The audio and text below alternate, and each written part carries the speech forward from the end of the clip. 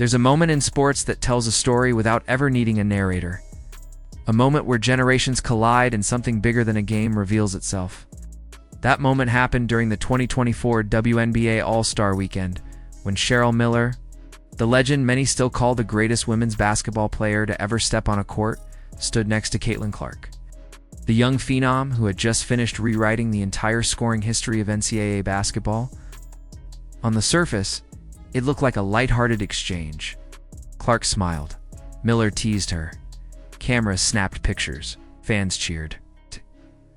But beneath that moment lived something deeper. A bridge between eras.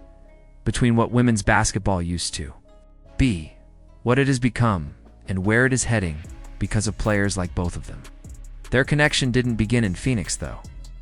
It started a year earlier at the 2023 Hondo Awards in Los Angeles. Clark had just become the top female collegiate athlete in the country, exploding into the national spotlight in ways women's basketball had rarely seen before. Miller approached her that night not as a celebrity meeting a rising star, but as someone who understood the pressure that was about to consume Clark's life. She didn't talk about shooting mechanics or elite footwork. Instead, she told Clark to hold on to joy, to find a quiet place amid the noise, to protect the part of the game that made her fall in love with it before the world tried to shape her into something else. Coming from anyone else, it might have sounded like generic advice. But coming from Cheryl Miller, a woman who carried the sport on her back long before the WNBA existed, those words carried the weight of someone who had lived the cost of greatness. To understand why Miller's advice mattered, you have to understand who she was at her peak. From 1982 to 1986, she was women's basketball. USC was a national powerhouse, winning 2 championships under her leadership. She earned 3 National Player of the Year awards and ran through opponents with a level of dominance the sport had never seen. She finished her college career with over 3,000 points and more than 1,500 rebounds. She dunked in live games when almost no women did. She made people rethink what was possible. But the world didn't give Cheryl Miller the stage she deserved. There was no WNBA, no multi-million-dollar endorsements, no social media, no primetime broadcasts. Her playing career ended early because of injuries, and she transitioned into coaching and broadcasting while the professional opportunities she had earned were given to the generations that followed her. Now fast forward nearly 40 years. Caitlin Clark stepped into women's basketball during an era Miller helped create, but Clark arrived like a meteor. At Iowa, she shattered the NCAA scoring record, men's and women's, becoming the most electric offensive force the college game had ever witnessed. She averaged over 30 points a game. She launched shots from the logo with ease. Her passing rivaled NBA guards. Her championship game against South Carolina drew nearly 19 million viewers.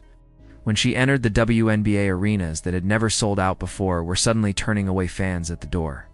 She wasn't just a rising star. She was a movement. That's why Cheryl Miller's words struck Clark so deeply.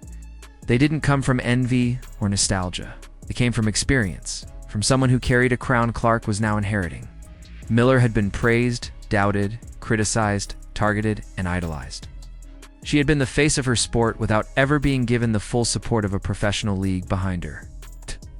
So when Clark walked into her senior season with cameras following her every step, with debates raging about whether she was overrated, overhyped, or simply unstoppable, Miller knew what was coming.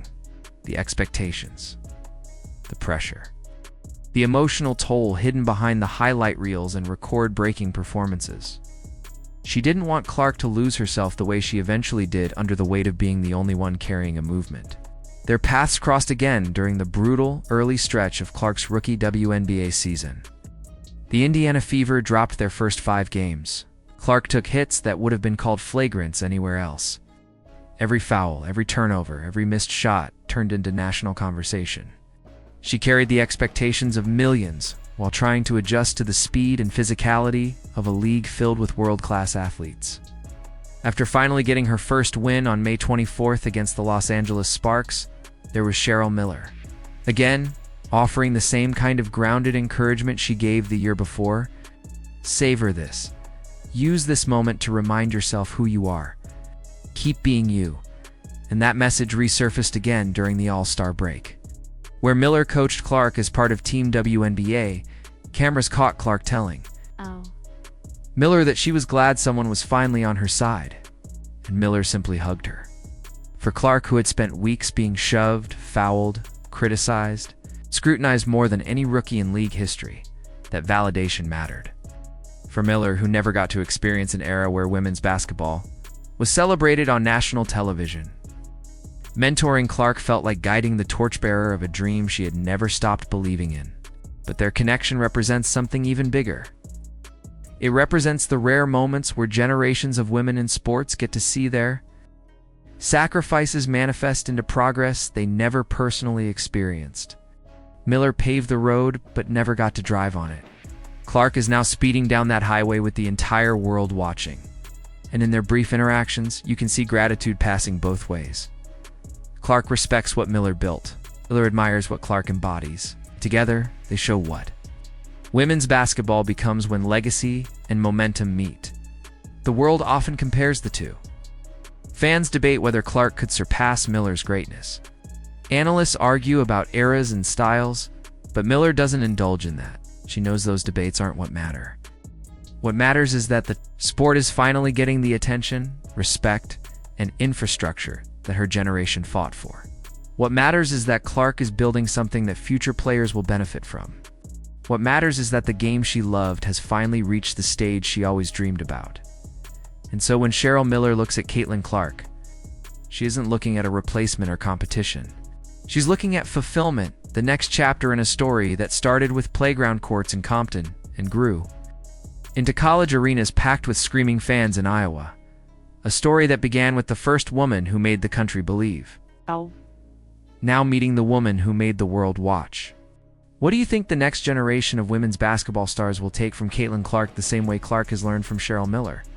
Share your thoughts in the comments below, and if you want to dive deeper into the stories shaping women's basketball, make sure to like the video, subscribe to the channel.